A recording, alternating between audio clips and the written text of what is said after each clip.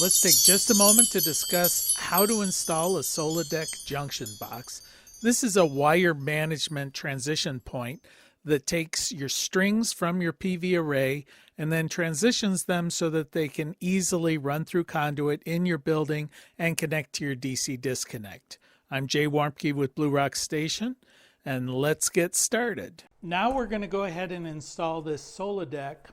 The SolaDeck junction box, in this case, is a nice unit. It's very low profile. You'll see it fits in well underneath the rails. And when we put all of the pieces in, it has a nice cover. Everything is going to be waterproof. Everything's watertight. It's flashed in. On the box, there's a template that comes. You can put this on your roof where you want to install the unit, trace around it, and then you want to cut away the shingle here so that when we push the unit up underneath, it will fit in and flash out nicely. You'll notice also there is a hole that I've cut in the roof right here with the SolaDeck, and that's where the wires will be going down into the attic so that no wires are exposed out across the roof. Okay, this unit comes with some grommets and screws. So once we've lined up the unit where we want it and flashed it properly, then we'll screw it down into the deck within the unit. This just keeps it from shifting. There we go. Now we'll finish the wiring.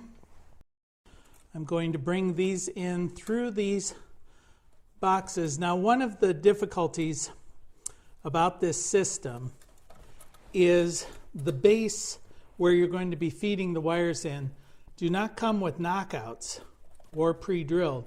So you're going to have to drill those, and it is a pain in the tuchus to do so. So now that the box is connected to the roof, we're going to go ahead and do the wiring. First thing we're going to do is we're going to run one of the jumpers in to the negative termination block on the SolaDeck panel. It's the one in black. There will be a positive termination block, that's the one in red, and then there's also a ground lug connection point. We'll show you how you connect to those here in just a second. But anyway, keep the jumpers disconnected from the solar array as you're installing this so there's no power going into the system while you're doing the wiring. So you're going to go ahead and strip the ends of those MC4 connector jumpers for the PV source circuit.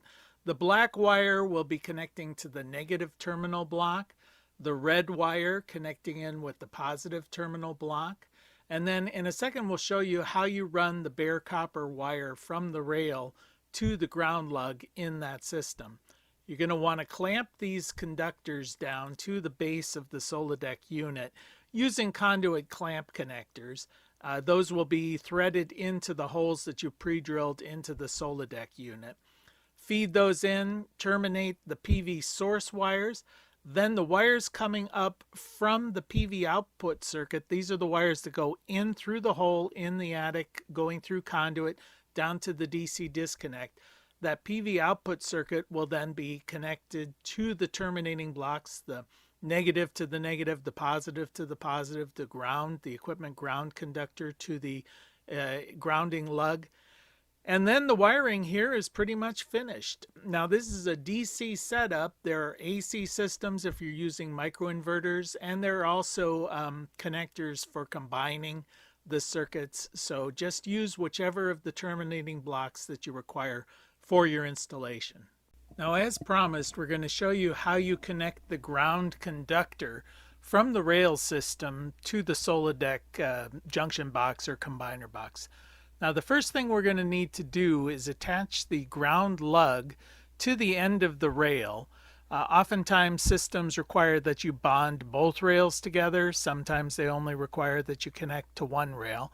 But we're going to use a number 6 bare copper wire and a stainless steel ground lug Now make sure that the copper only connects with the stainless steel. You don't want it connecting in with any of the aluminum, touching the roof, touching any of the aluminum rails. You're going to use number 6 or larger bare copper wire, connecting that into the stainless steel ground lug that you've just connected to the end of the rail.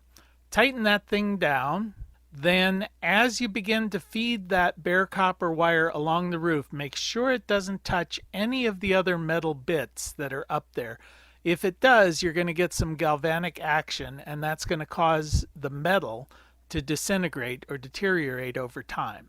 Now you're going to want to feed that in through the base of the SolaDeck, through one of those clamps that you've installed in one of the holes that you pre-drilled. Make sure the copper wire doesn't touch any of the roof, any of the other material.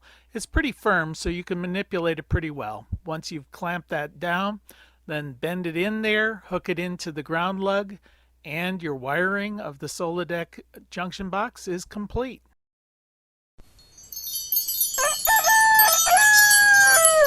You can find more information on living sustainably in our unsustainable world at bluerockstation.com.